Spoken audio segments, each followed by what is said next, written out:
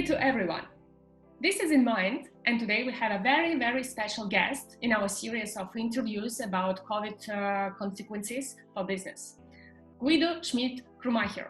Guido is blockchain enthusiast, serial entrepreneur, and managing director and board member of variety of organizations like Bancor, Lisk Foundation. He was an early manager of ShapeShift and Cardano, and he's well-known speaker and blockchain evangelist, I would say. Hello, Guido.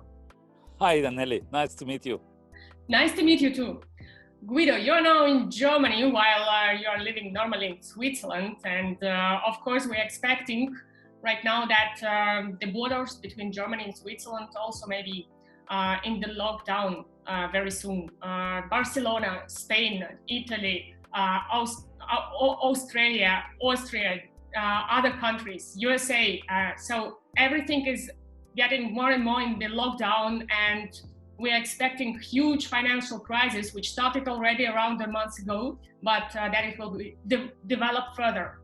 So my question is, being a serial entrepreneur who faced already few crises in past, what you will recommend to startup entrepreneurs, not only blockchainers, but also from other fields, how should they behave during this situation? You will be not very happy with my answer because it's a standard answer, but it's the core truth of the situation. Cash is king, and you have seen it in a lot of situations. So the first thing is cost down, because at least you will not find anybody at the moment who has really an attention for your business project or for your newsletters or whatever you come up, except you're coming with very crucial messages. So the world is locked down. We are not over the hill of the mountain, and so extending your lifetime. So it's even better to take a job in any farm and harvest any strawberries to save your cash than to try to push at the moment your project forward. Okay, and what can we do except taking care of cash? Because some enterprises or early entrepreneurs, maybe they don't have cash yet, nothing to save. This is the topic according to lockdown. I said you go to a farm and harvest strawberries and get paid for it, but take this time on your harvesting time, because then you are a little bit relaxed, you're a little bit outside of Corona. And this is a very important period you can use for the day after, because for sure, I cannot tell you a date, but for sure, there will be a day after Corona. The life will go on. And there is one thing which I observed in many crises also before, and even in that crisis. If you remember when you got the first newsletters according to Corona, everybody was reading it. If you today get a newsletter according to Corona, nobody is reading it anymore, except you would announce 1 million dead bodies. And so you have to be the first mover after the crisis. It means take your time at harvesting at your farm the strawberries, and think about what are the newsletters, activities, promotions, announcements, whatever comes up for the day afterwards. Because if you're the first mover at the end of the crisis and then come out with something, then you get the highest attention, and then you can get a very fast recovery on that. So that is, in my opinion, the most important thing, to think about this day and prepare everything ready. Yeah, print your t-shirts, order your stuff, formulate your topics, your projects, make a timeline, and then just press the button as soon as you see now the Corona crisis is over, and I will be the first one. Awesome. You made a very good example with Corona newsletters. And can you give some additional examples of the recovery activities? I mean, when everything will calm down, what kind of, it can be t-shirts, etc. You already mentioned, but maybe some strategic activities? I think any project has a strategic plan, and it's just now frozen by Corona and then by an unexpected crisis with a certain end.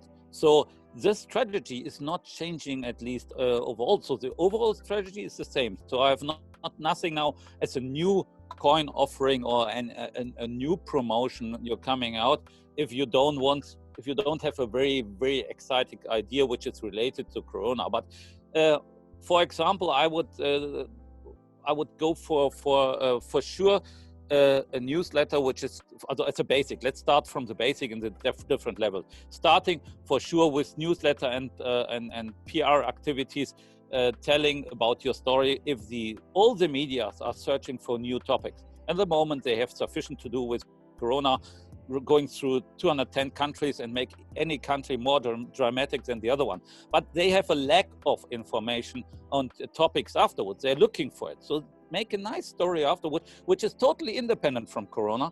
Just saying, here, now I have a nice story about this, because they need information and they need topics to report about it. And this can be then maybe also be connected in one path with Corona. And this means a lot of people will be loser of the Corona crisis. I don't talk about the big banks and hedge funds and politicians and a lot of pharma industry, a lot of people who have a massive profit out of it. But there will be a lot of people who don't have it. And if you are then making any promotion activity, if you come up with a coin which is supporting small and mid-sized companies, if giving them a solution to better perform out of then this situation for normal people, if you have any amazing idea, I don't have now ideas for unknown projects here, we have to discuss it project by project, but if you are finding any nice bridge where you say, I'm a good guy, I'm helping with this, and I have a new message, then you're targeting the groups you want to target, then you get the attention, because the world around you will have changed a bit through Corona, and not only in a positive way, and a lot of people will have new challenges. And if you can deliver a solution for them and bridge the connection between your project and this need, then you are absolutely a winner, and you will be performing better than you would have done without Corona. Okay, that is a reasonable point. Guido, before we switch to the topic of blockchain and crypto, where I know you are very deeply involved and passionate about, my simple question is, how do you think will Corona also influence technology adoption in general? I mean, many people now say that it will push governments to use more digital technologies for the documents and everything. It will push medical institutions. What do you think about it? For sure, according to that, we are all sitting in home offices and do our video conferences like we do between us. I would definitely prefer to do it in front of you instead of a video, but this is now the new world. So we have a lot of technology tools where people who have never before used it are now using it. And for sure also a lot of industrial sectors will be now more technology related than before. So in general, technology will be one of the winners out of the Corona crisis and all the applications behind of it. And for sure, also all monitoring and monitoring of people, controlling people, steering people will be something which will be 10 times stronger after Corona than before. And governments and secret services and big data players and industries and consumer industry, all of them are starving. They want to have this control over us, and they want to have it via technology. So this is clearly a stream out of it. The question is, and this leads then to the next topic, I don't want to bridge it myself, but this leads then to the question where blockchain technology as an alternative will be. But for the normal industry, it will be for sure. If it's good for us, for people, if you take the humanitarian aspect and human aspect of this globe, if this is a good thing, I'm not sure about it, because also a lot of things have been destroyed by Corona. People see in each other the living death coming around. They are scared.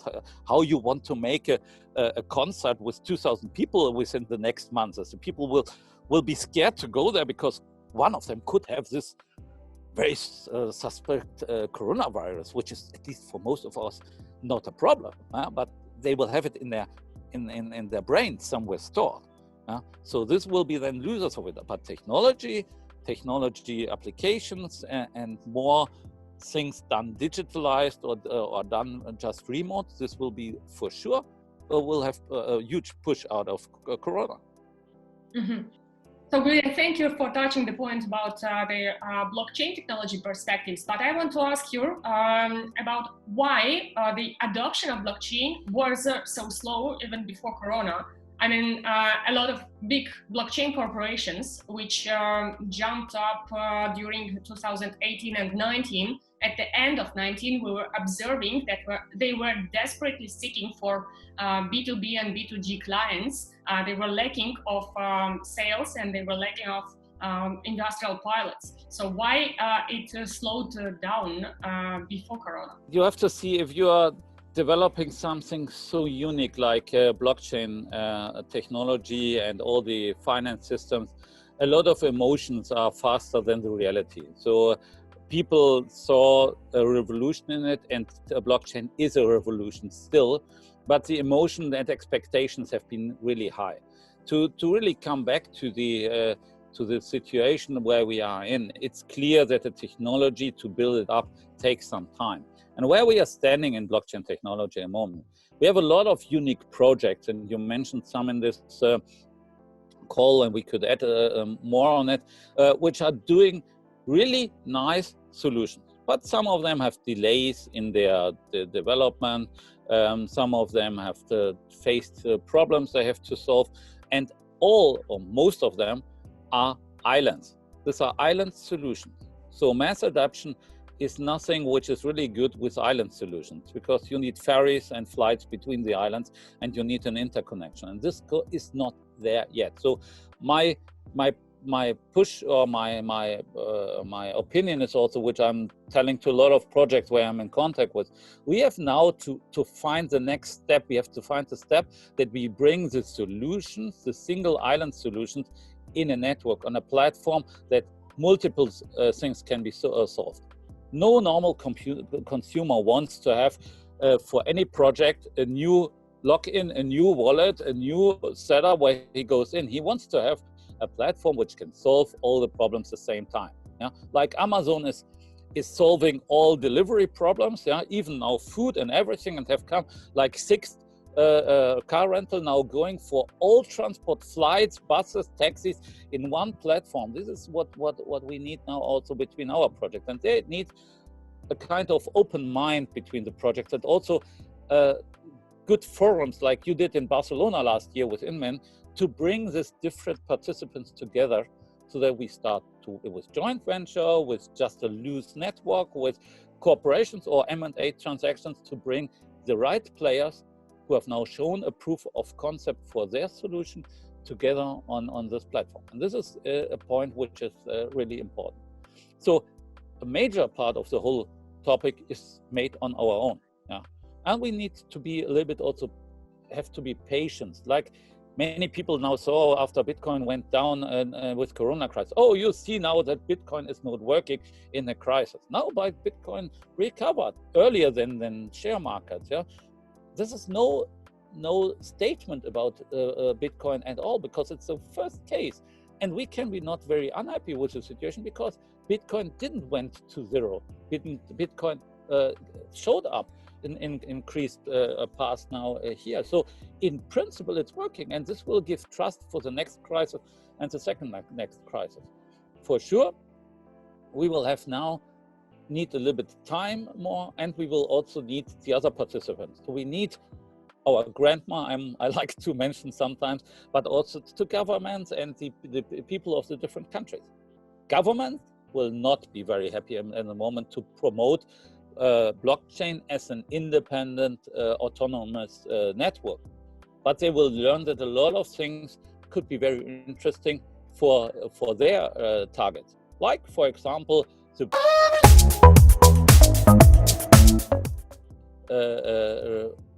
if somebody was really get his vaccination in it and or got any treatment, and you want to show it up, or to give an access to a supermarket, who is allowed to go to the supermarket because he has a green light on his health system.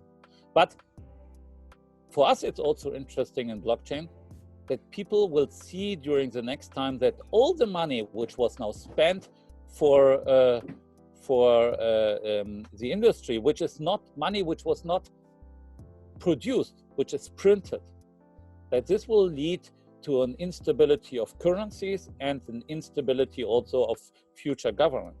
And this will promote us to bring at least a lot of people to blockchain, because we are free of inflation, free of fraud, we are independent, autonomous, and we have a kind of self-regulation in our whole ecosystem.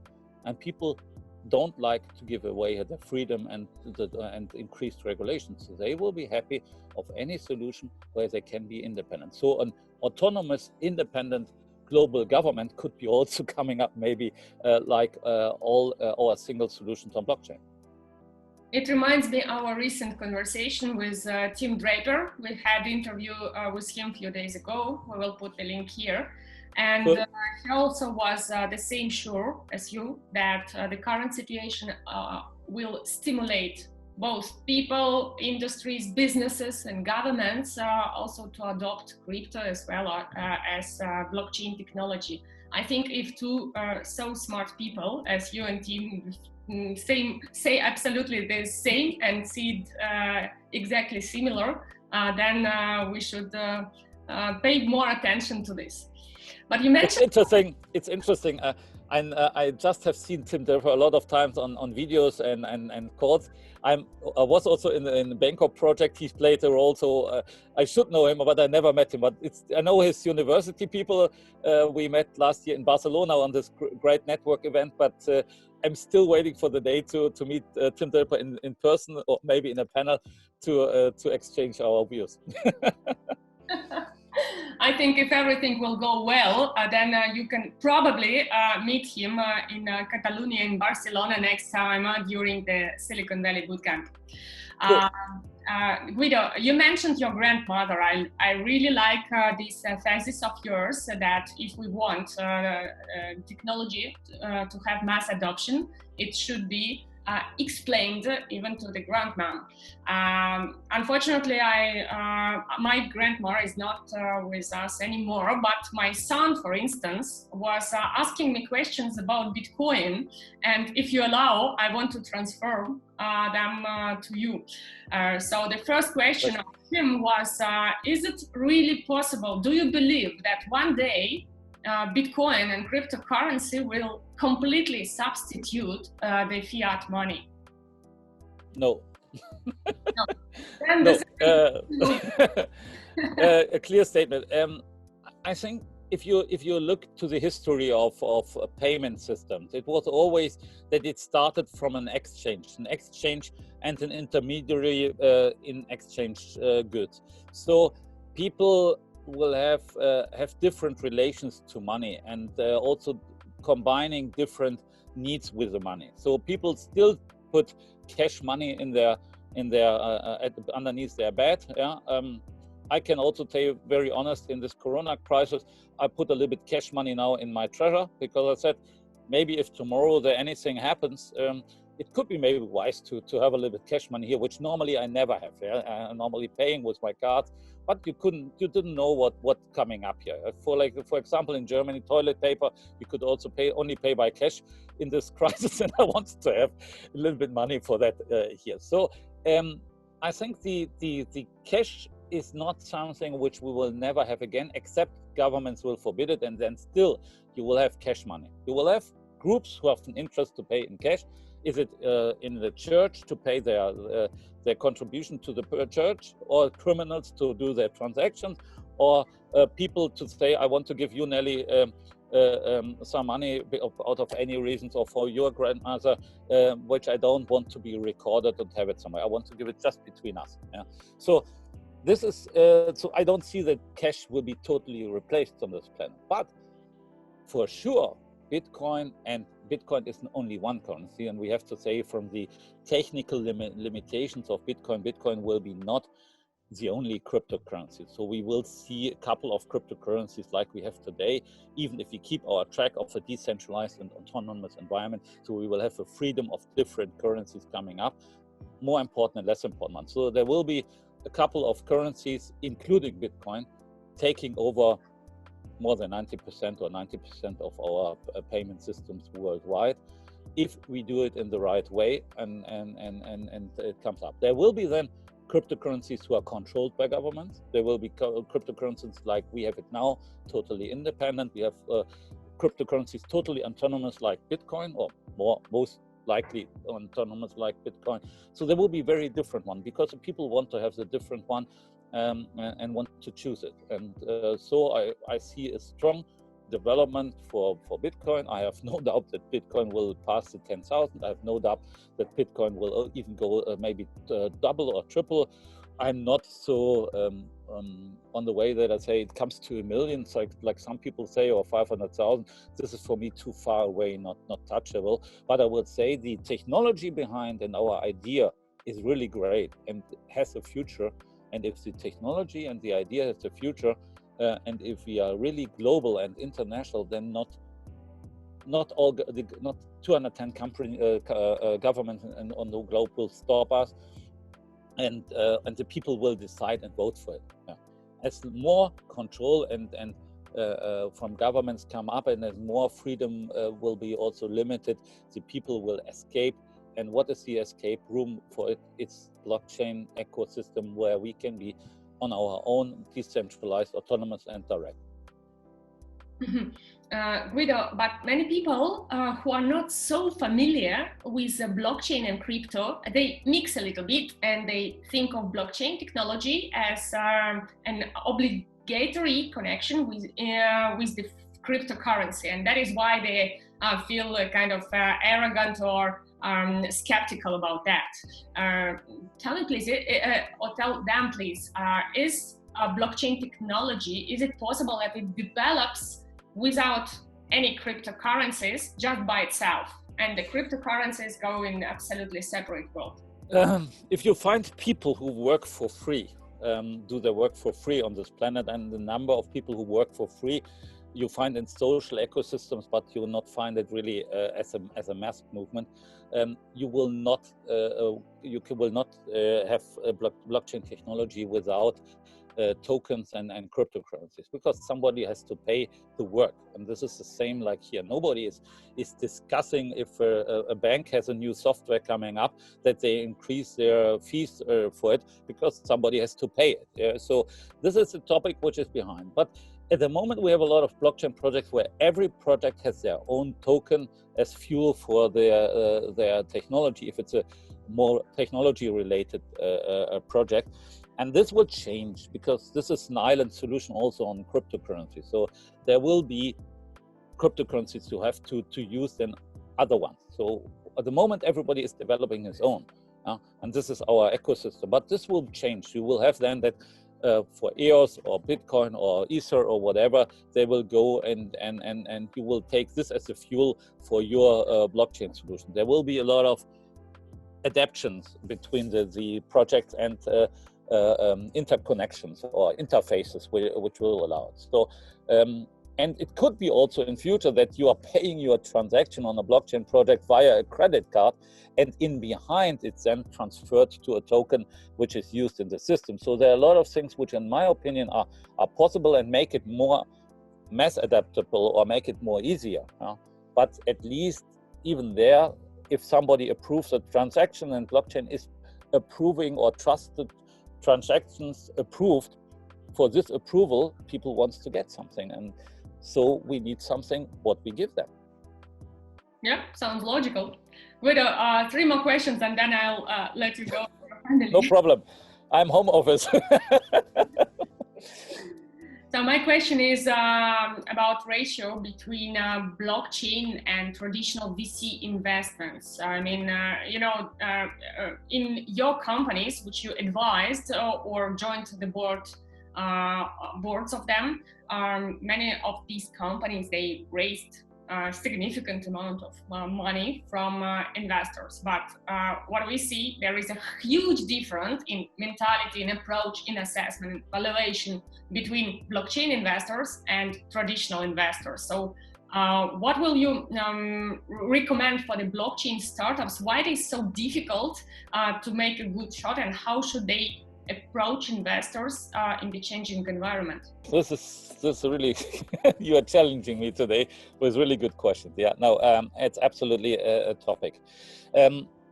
I worked for a while in the old industry before I came to blockchain, and there we had these discussions with investors, valuation, dilution, all these 100 pages contracts with American shootout and tag along and drag along solutions, which are showing that there an investor is in control and he will drop down your valuation and everything as much as possible. So you have a kind not of enemy, but you have somebody with strong own interest interfering in this process. And there it's very difficult to keep your valuation you wanted to have, or you see your project yourself and the investor. So there's always a gap on it. In blockchain world, it is a little bit more fair, more simpler, because you are offering your valuation in a way with your token price to a lot of people, and you just offer them and say, who is ready to believe in the same mission like us?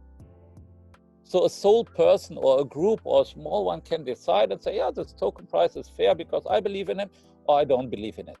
Whilst investors always have then maybe managers in front for their family office who have to perform according to certain controller figures, there the world is much easier. And this leads blockchain project that many people say ICOs are death and high valuations are death, and so it will not come again. We go back to traditional investors. I'm not pretty sure about it, because we have 8 billion people on this planet. I always mix between German and English on this figure, but our planet is full of people who could be the fair partner of such an ICO. It's more difficult now because the first one, our nerd system reacted and generated a lot of money, and they gave Bitcoin away where they even thought maybe it's not real money. Now we are coming to communities worldwide where every Bitcoin, any Ether or any token is real money, because they compare it with the traditional currency. But still there are people who would like to be a stakeholder of a project.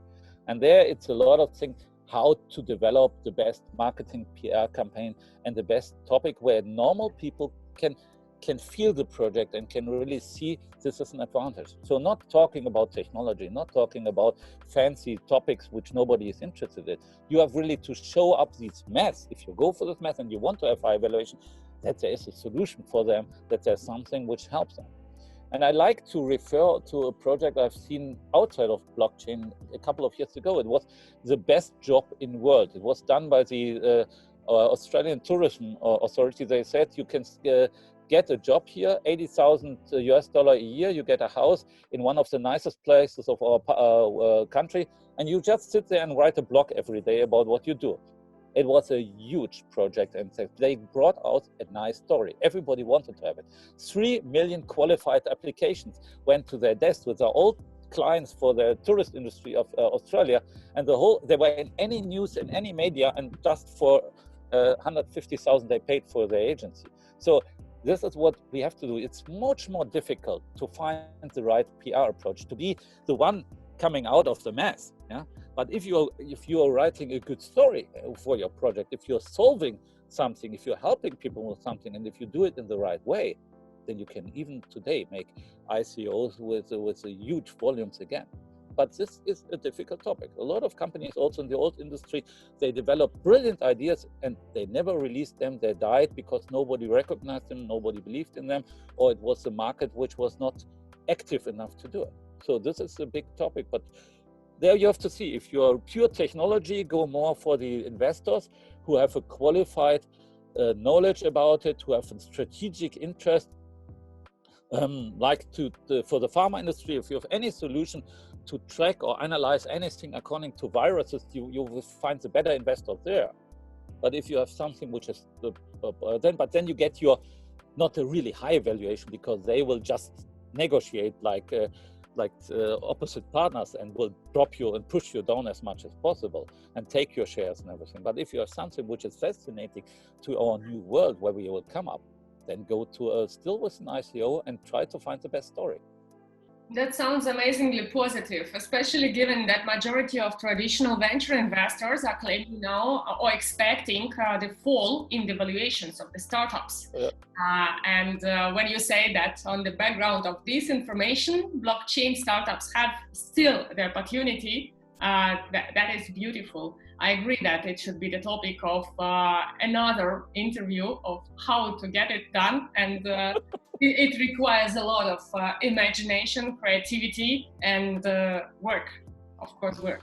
I would love to, maybe InnMind can also initiate this, maybe to make panels in future where we take certain visionaries and crazy people like me on board, and then take the project, not that the projects present themselves and we decide up and down of an investment, but that the projects come up and say, this is our mission. Have you any idea how to promote it? Think crazy, think cross the border lines. What could be the story or the idea to bring it to the people? So they take this investor's pitch maybe 180 degrees on the other hand, maybe also in a small room somewhere in a mountain or somewhere, but really to help projects by that to do communication, because a lot of them are technologies and stuck in their projects, and sometimes maybe people also like Tim Draper, you or me can help such people, and I know a couple of more in blockchain industry, to just find the right communication. Guido, this is genius idea, and I want to inspire those people who will be watching this video to write in the comments if they want to participate and pitch their projects to the visionaries like you. And I think that while we are waiting for the quarantine ends, we can do it even online, and that could be really a good support for startups. Yeah, for sure. Just to finish the topic about investments, my last question is, again, sorry for quotating of other people, but that's fine. You already gave amazing answer for my son's question. And speaking about investments, sometimes I have argues with my venture partner, Anton, who is from traditional venture field in artificial intelligence and deep learning, etc. And he doesn't understand, being a serial venture investor, why, if they invest in traditional fields, startups, they see a lot of traction, a lot of customers, millions of customers using Amazon, Uber, or whatever. But he always questions why the blockchain companies, big blockchain companies, which already made tens of millions or hundreds of millions during ICOs, we don't see this usage rate. And I don't want to come back to the mass adoption question, but how investors should understand, traditional investor, how to invest in these blockchain startups if there is no clear value for investors, like traction, customer traction, user traction, sales, and etc. Yeah, the criticism of the investor is in principle is correct, because this is a measurement you have to put out of his view. As an investor's view, you have to put this measurement on it. The topic is, first of all, in blockchain, we are missing the gateway for the mass adoption, meaning what I said before, this network platform or solution. So at the moment, we are approaching with a project single persons who have the same problem, or which have the problem where we have the solution, and then we fulfill it, and then it's done. So we have not this platform where you can go and where you go there on it, and where you really can solve a lot of topics. Amazon is a really exciting and from the business figures, an exciting company and developed very well. But you have to see, Amazon could have not started it without the technology to do this, the whole logistical chain, to do the whole ordering system, and to also have the people on the ground to deliver all the parcels to us. So that they became successful was a result that also the technology was ready to for them, or could be with a limited amount to be developed to solve this problem. So here, as I said, we are more in an early stage than maybe some of the blockchainers want to realize themselves. And you see a lot of contracts where people present their project and then, yeah, we are here and we have big clients and we have that. So they raise up the limitation, the expectation that the investor could measure it. And if you then take the figures, you don't find it. Because to be realistic, they have not been there. They just talked about it, but they're not delivered. And this is the topic where also the investors maybe become a little bit frustrated on that. But so as I said, if you are really a technology project and you have investors who understand your technology and who see a need or an advantage for their company, for their major company, for this pharmaceutical company or the logistic company to say, yeah, they solve a problem in our chain and there we save costs or we are faster or more reliable, then they will give you also the money because they understand it. But as I said, if you try to make them, to convince them that you are a fantastic project and cannot present the figures to the normal investor, not the strategic one, then you cannot convince with most of the project or some project.